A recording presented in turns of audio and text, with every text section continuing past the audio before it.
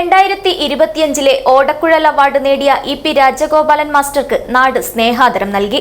മാണിയാട്ട് വിജ്ഞാനദായിനി ഗ്രന്ഥാലയത്തിന്റെ നേതൃത്വത്തിൽ നടന്ന ആദര സമ്മേളനത്തിൽ സിനിമാ സംവിധായകൻ പ്രിയാനന്ദൻ ഉപഹാര സമർപ്പണം നടത്തി.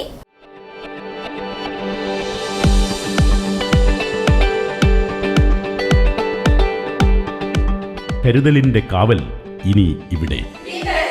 വിൻടച്ച് multi speciality hospital, Kasaragod.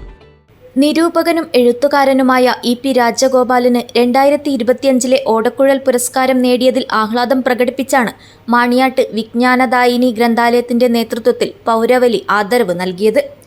Cinema നാടക സംവിധായകൻ പ്രിയനന്ദൻ ഉദ്ഘാടനം ചെയ്തു. അതീവ ബഹുമാനത്തോടെ കാണുന്ന ഒരാളാണ്. അപ്പോൾ മാഷ എഴുതിയിട്ടുള്ള നാടകങ്ങളായാലും അത് മാഷ ഒരു കാര്യത്തെ ഏൽപ്പിക്കുമ്പോൾ അതുമായി ബന്ധപ്പെട്ട നമ്മൾ പറയുന്നത് ഇപ്പോൾ കേളു പോലെയുള്ള ഒരു നാടകത്തെ കൊണ്ടുവരുന്നത് ഒരു ചരിത്രത്തെ പകർത്തി വയ്ക്കുക എന്നുള്ളത് മാത്രമല്ല, ഒരു ചരിത്രത്തിലെ ആ ഒരു കേളു നമ്മൾ വായിക്കുമ്പോൾ, നമുക്ക് ആ നാടകം വായിക്കുമ്പോൾ വിട്ടുപോകുന്ന എന്തുകൊണ്ടാണ് അതിന് ചില കാര്യങ്ങൾ പറയാതെ പോയത് എന്ന് പോലും തോന്നും. അത്ര ഒരു വിങ്ങൽ എന്തുകൊണ്ടായിരിക്കും എന്ന് ആദ്യകാലങ്ങളിലൊക്കെ തോന്നും. ഇത് മാത്രമായിരിക്കില്ലല്ലോ കേളനായരുടെ ആത്മഹത്യക്കുള്ള വഴി എന്ന് നോക്കുമ്പോഴും നമ്മളൊരു വേറെ തരത്തിൽ മറച്ചു പിടിക്കപ്പെടേണ്ട, അല്ലെങ്കിൽ അതുകൊണ്ട് സമൂഹത്തിന് ആവശ്യമില്ലാത്ത ഒരു സത്യത്തെ വെളിപ്പെടുത്തേണ്ടതില്ല എന്ന് നമ്മൾ പതുക്കെ കണ്ടെടുക്കാൻ കഴിയുന്നതാണ്. പിലിക്കോട് ഗ്രാമപഞ്ചായത്ത് പ്രസിഡന്റ് ഇ. കുഞ്ഞിരാമൻ അധ്യക്ഷത വഹിച്ചു. Doctor VP. മുസ്തഫ പ്രഭാഷണം നടത്തി. രാജ്മോഹൻ നീലേശ്വരം പുസ്തക പരിചയം നടത്തി.